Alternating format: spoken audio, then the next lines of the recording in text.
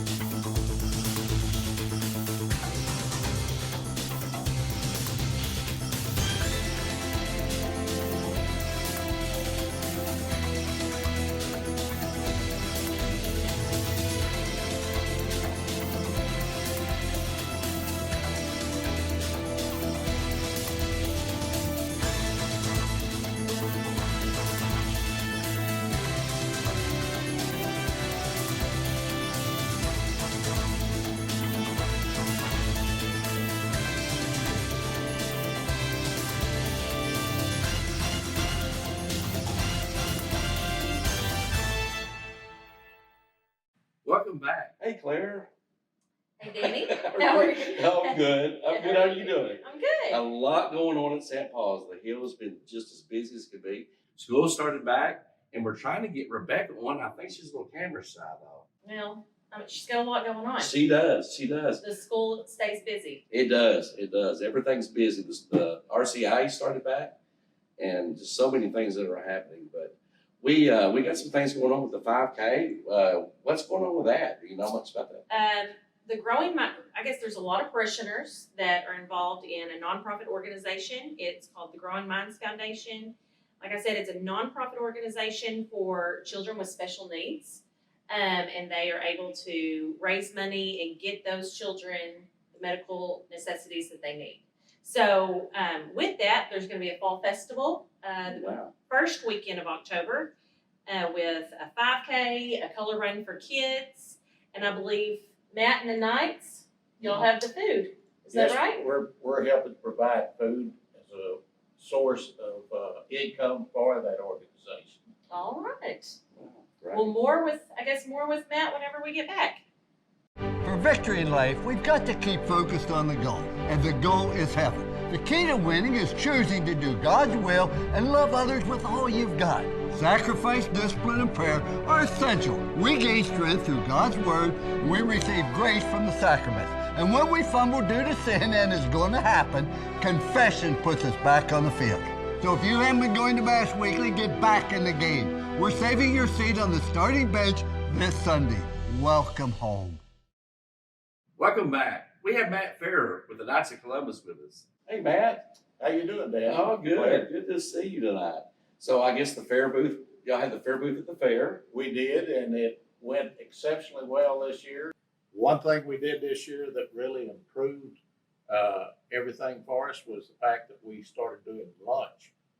No one was doing lunch at the time previous to this, and it really helped us out since there was not a carnival to draw in as many people. Right. We had probably our best year ever. Awesome. That is incredible. People getting those famous Knights of Columbus hamburgers. Yeah. For lunch. We are pretty well known for those. You are. We started trying to set up where we could be ready to sell at 11 o'clock. We had people standing in line at 11 o'clock. On Friday, we actually had people standing in line at 10 o'clock waiting for a hamburger. Wow. That's fantastic. Okay. You know, for folks, maybe people that are coming into the church don't really understand what the Knights of Columbus are. Tell us what the Knights are. The Knights of Columbus is a charitable organization first and foremost, and they're an organization dedicated to service. And that's one thing we believe in, being a servant for the church and for the community as well. We welcome anyone. It's a fraternal organization. We welcome anyone who is over the age of 18 to be a member. And we're proud to have several members who are between 20 and 40. It's one of the more youthful councils in the area. So it's great to have that involvement from the young ones. And then we've got the older ones, the old stalwarts like me and a few others that are there trying to teach and bring the others along. Right. It's been great to be able to be sort of a mentor to some of these younger people. So you're taking new members. We're always taking new members, and we're proud to do so. Also, I mentioned that it was a fraternal organization, but we still could not do it without the help of our wives and other ladies within the church. Had it not been for two of the ladies who are involved in the Knights of Columbus, we would not have been able to put on the luncheon that we were able to do at the fair. And that's Jeanette Steimel and Rose Thielemeyer, or Rose Thrush, I'm sorry. Jeanette Thielemeyer and Rose Thrush. There we go. Got to I'm get those sorry. names right. I'm Get sorry, those they're names right. kin folks, so I can't remember the names right. Thanks to them, we were able to go ahead and do that lunch, and it turned out marvelous because of their help. Good. Are the Knights of Columbus going to be part of the growing minds that are coming up in October? Yes, we are. We were approached in the beginning about setting up a booth just to explain what we were or whatever we wanted to do within that booth. But rather than do that, we chose to take that booth and to bring hamburgers and hot dogs into the area, and we'll be selling those with all the proceeds going towards the growing the mines. It'll also, even when I say all the proceeds, I mean everything. Because of some of the money we raised at the fair, we'll be able to go ahead and purchase this, and it'll be totally free as far as anything coming out of it. It'll all go strictly to growing to the mine. Right. That's fantastic. It is. It is. That's great. A lot of people have been talking about this and wanted me to ask this question. Is the Tootsie Roll Drive going to come back? The Tootsie Roll Drive is something that we've been famous for over the years. you have. But with COVID, it's something that we've not been able to do the last few years. We intend to bring that back again this year. So look for us out there on the street corners, and especially out here at the supermarket. We'll be out there, and we'll be dead painting out the front of the store, and you get the opportunity to give a little bit of that money to the Tootsie Roll Drive. That drive, the money we raise from that goes to the Donnie Martin Center, which helps out so many people here in this community. Right. There, did you have anything that you wanted to ask? I think so. That was great. Yeah, I love that all of that, the Growing Minds Foundation is a new organization here in the community. There's so many of our parishioners that have got that up and running, and that's just it's really exciting. I can't wait to see where it goes. Right. Well, Matt, thanks for coming out. Thanks for visiting with us tonight.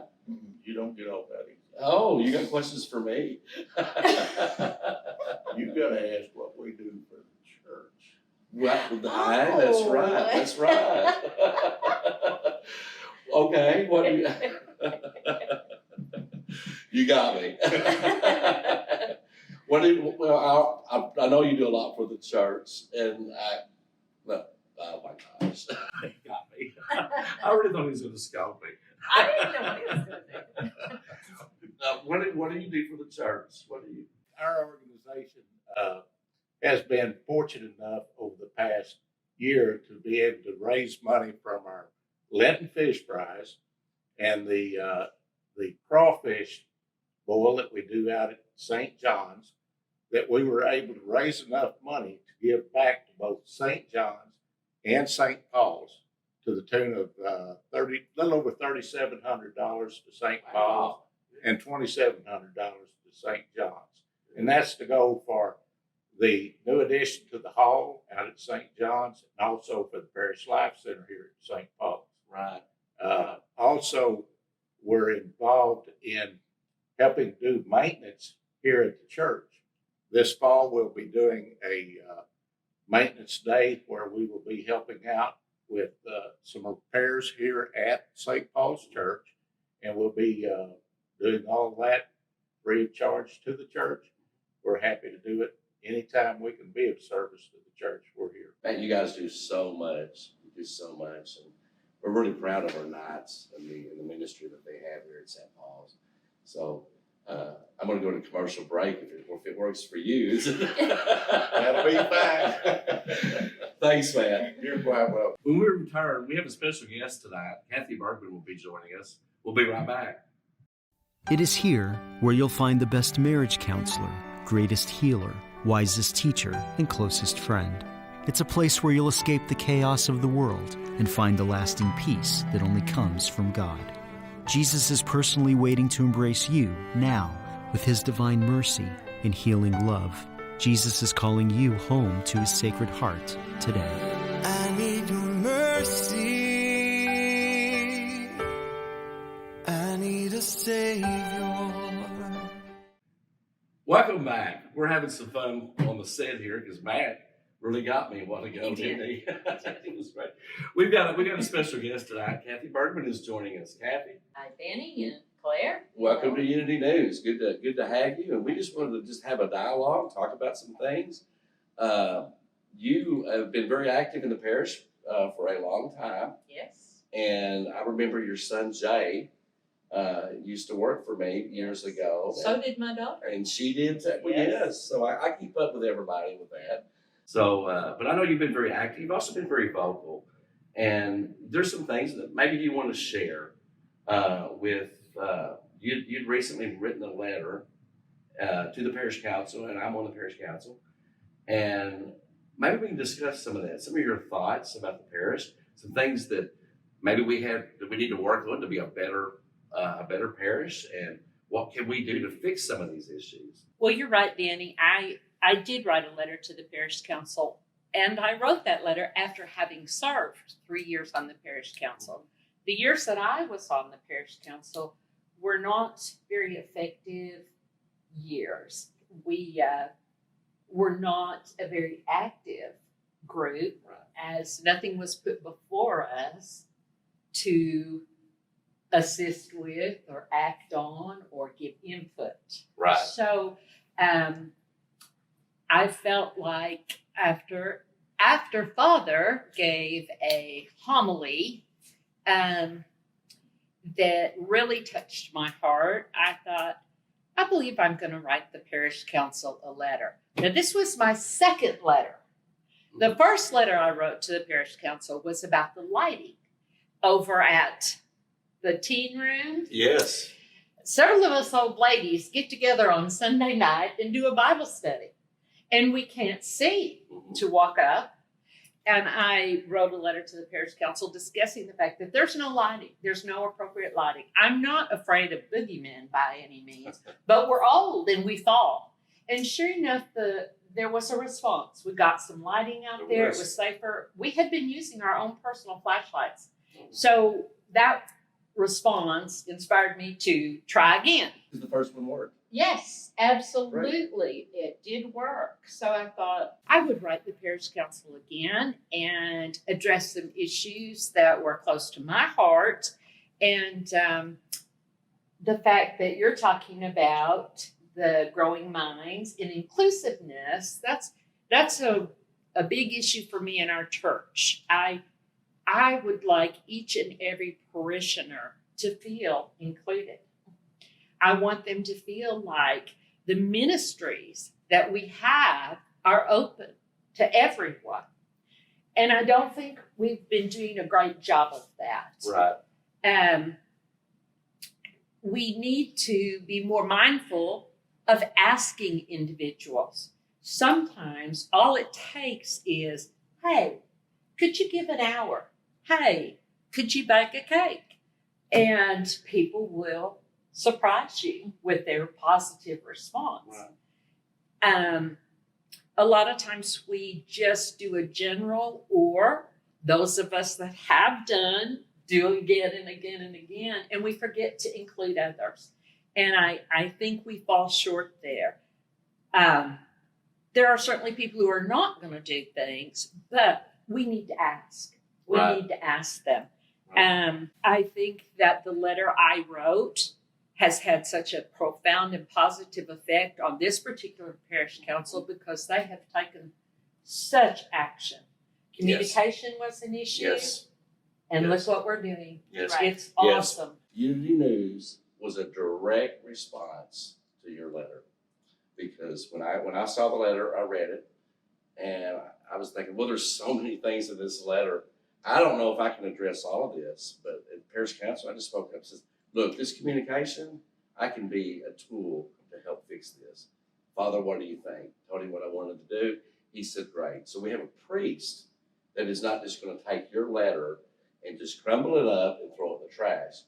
We wanted to take that letter and divide it up, and the rest of the Parish Council did too. And so many things positive have happened with that Absolutely. since you've done that. Absolutely. And I commend you for that. Well, thank because you. no one needs to be afraid, well, they won't listen to me, or they won't, I can write a letter, they're just going to crumble it up and throw it in the trash. What you did had a profound impact on the parish, and it's still showing the fruits of that. And we're sitting right here with Unity News, which is one of them. Absolutely. So, see, Claire wouldn't have a job if it wasn't for that. If it wasn't for that If it letter. wasn't for you. If it wasn't for me. Well, I would like to say that I know parishioners are invited. You can be on the agenda. Yes. But the reason I wrote the letter was, as Danny said, I had a number of issues that I thought we needed to talk about, to address, based on the amazing homily that Father had delivered. And I wanted to kind of go down the line and just share, after being in the parish for 42 years, some concerns and issues that I had, and not put people on the spot by showing up in person, giving them something in writing that they could study, that they could think about, that they could say, oh, this is not something we can do, but maybe we can do this, and talk about it and have something in hand other than just my visiting, which may or may not have had the same impact. I really think the letter had a big impact because I heard about it from a lot of people. And one of the things in the letter, like I said, was being an inclusive church, being not the same group of people doing the same work all the time, to invite others. And I saw that at our open house here. I invited 3 ladies that I know have never brought or done or participated, and all 3 of them came to, stepped up and were honored to. And I think maybe that's the part we're missing. And something that I'd like to see, I was fascinated with the bishop's desire to bring back adoration to its fullest. And I thought it was interesting. You're a young mom, right? Can you take an hour between 2 and 3? But if you're asked, if we could maybe even compose a letter to those that are not sharing the holy hour, and say, step up. This is your opportunity to spend an hour with God. And people will say all the time, nobody reads the bulletin. And you know what? Yep, I've heard that. But it's not true. As with all news items, you have to have multimedia. You can't, this is an amazing support to the bulletin. Exactly. The Arkansas Catholic helps keep you knowledgeable about what's going on. We need Catherine Jarrett, blessed Catherine Jarrett. She talked about small groups are the heart of our church. Meeting in small groups and sharing information, and then taking that out and being a disciple with that specific information. So I'd love to see the adoration come back, but I don't think it's going to come back just on a general request. Right. I would love to Right. see someone sit down and say, write a letter and say, now here are some spots that are available. Which one can you take? Right.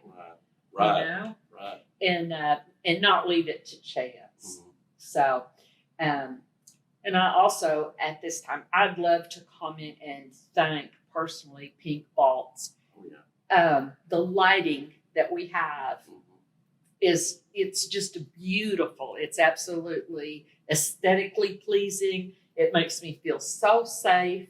I do an evening adoration hour, and I'm not afraid of anything but falling. And so the lighting is Helps. what, yes, absolutely. It helps. And we did talk about having a vocation or a ministry volunteer fair, at which time I would like to get all of the people that are in charge of the many ministries we have to Right. kind of set up a table, have a sign-up sheet, have their brochures available, and encourage and personally invite people, because some of the shyer, less outgoing people will not respond Right.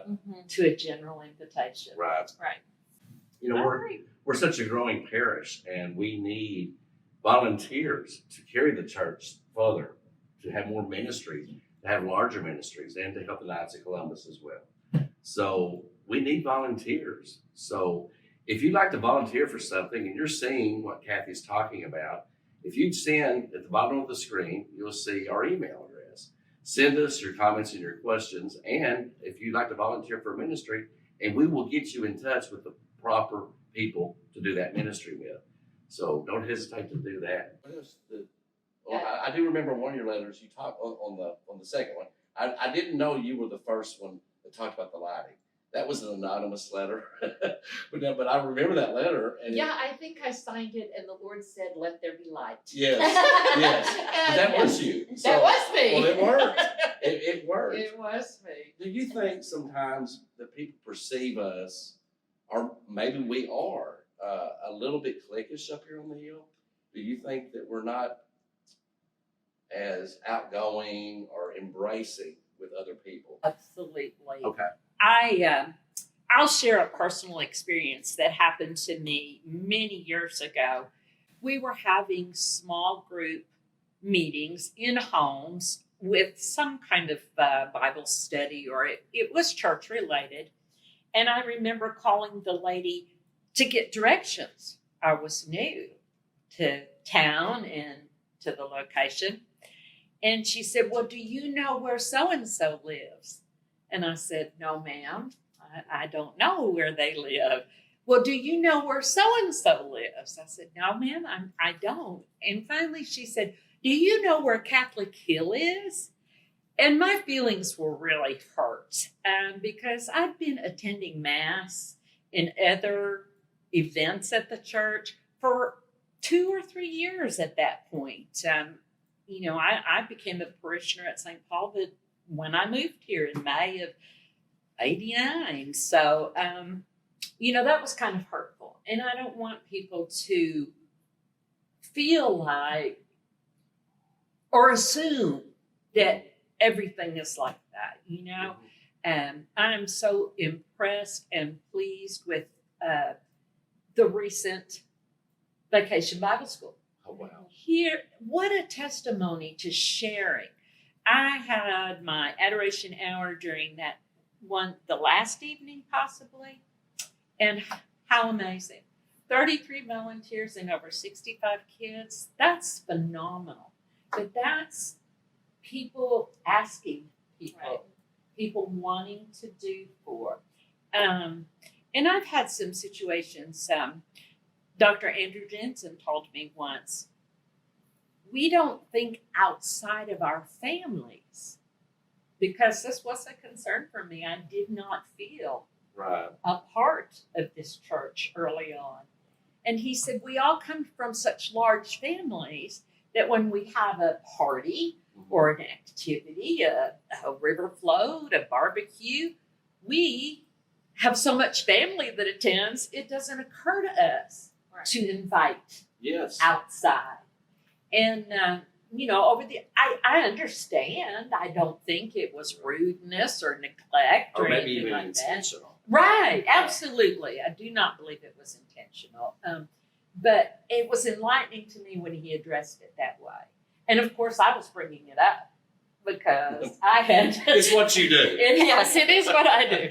I had, certainly felt those pains of, and I love this community. I love this church. But, people say, are you cradle Catholic? Yes, I am. Just because I did not grow up in this town and attend this church, yes, I am a cradle Catholic, born and raised as a Catholic. And so, my message would be to everybody to make everyone feel included. I look at the back of the church on Saturday nights and I see so many people that I would love to have participate, come, do, be involved, and enrich your life, your spiritual life, because we're all servants. And we have Marys and we have Margarets, and we all need to serve. Right. And it's joyful. It's good fellowship. It's, you walk away feeling good. We need to avoid cliquishness. I agree with that. Absolutely do. I agree with that. And I hope the sign of peace that people will eventually overcome this. We did that in the 60s, okay? And, I'd love to see people not be afraid of COVID and germs. And I think it's here with us. But I want to reach out and hug somebody, or reach out and grab a hand and heartily shake it and say, peace be with you. Right. Peace Right. be with you. Right. I would like to mention James Frazier, Okay. because something he did that maybe folks don't recognize is that in the bulletin, as he asked for more musicians, we actually developed a Saturday night choir. I heard about that. Choir, and it's lovely. It's no longer just one person; it's a choir, and of course, Saturday night mass is the more traditional mass, but it's just fabulous to have a group of people up there singing, Right. and singing so well together. Yes. So, and I think that comes directly from him putting it in the bulletin, asking people, seeking out people. You know, he is only 21 years old. Absolutely. And for a 21-year-old to have the leadership skills that he has, it's wonderful. It's like a breath of fresh air. Absolutely. And I totally agree with you. He has done a great job. He asked, and that's what I'm all Right. about. Is that Right. if you need someone, ask. Now, Right. I would like to admit to a failure. Too bad Father's not here, and I can't confess. Yeah, you're actually in Father's seat. I'm in Father's seat. Yeah, Father won't be with us tonight, but no. he will be watching, so take it easy what you say. Well, when I was on the parish life committee, which I still am on the parish, We've got 2 minutes. we wanted to do a meet and greet every mass, and I took that role, and it was bigger than I thought, and I was not successful in doing that, but boy, I'd sure love to try again. Right. Welcoming each and every person that comes into the church as they come in, and a greeter. And I see that in other churches, and I know the Knights of Columbus did it a lot at the 10:30 mass, but boy, we failed at the 6 o'clock mass. I'd love to see that happen. I think that's a great idea. I think that's something that you're right. A lot of other parishes do. And why can't we greet people when they come into the church? Why can't we do that? Absolutely. I mean, that's kind of, And make them feel like you are welcome. we In kind God's of, home. we need to be, acting in the place of Jesus. Coming to His house. Something so simple, just as, Yes. hey, Yes. how are you? Well, Welcome to church. turned out not to be quite so simple. Getting the scheduling, getting Okay. people Right. willing, that was a little hard. And then when it got dark in the 6 o'clock mass, I thought, hindsight, I could have moved that greeting inside at Yeah. the Then COVID hit. yeah, So- and then COVID, Yeah. and so, Well, but something to keep in mind. yeah. We're going to have to wrap it up. I do have one more quick question. Sure. When is letter number 3? Oh, letter number 3 will be a letter of gratitude, because I have seen so many changes and right. positive results. And I give a lot of credit to Father Stephen, who is so personable and so charismatic. Yes. And Yes. he makes you feel welcome, and he makes me want to work harder and do more. Right. And of course, I love Father Athanasius too. He brought out a lot of good, and so. Yes. And Father Valapanini probably would have if he didn't have such a language barrier. Right. And I thank you for having me Well, on, and Kathi- I thank you for your ministry in We're- doing this. Well, like I said, it was an offspring. It was started by your letter, and I've wanted to have you on for a while. And if you don't mind, we'd like to have you back sometime. Sure. Discussing letter number 3. I'm looking forward to opening the mail. Send your comments and your questions. You'll see at the bottom of the screen our email address. Tell us what you think. We have questions for Father as well, so send those. You can find us on UnionNewsOnline.com, and that will take you to our page. If you're not on Facebook and you're not able to watch us on Facebook. Claire, this was a good show, and we had a very good guest, and we had Matt That's great. on. And maybe Matt won't scold me like that again. That was, Well, I want to gotcha. scold you 1 minute real quick. PRE has started too. okay. So for those kids that are not That's attending the exactly school, right. we started PRE. I have 3rd and 4th graders. That's So right. That's fantastic. right. That's right. Well, Kathi, thanks again. thank you. Join us again for our October episode coming next month. Until then, God bless and good night.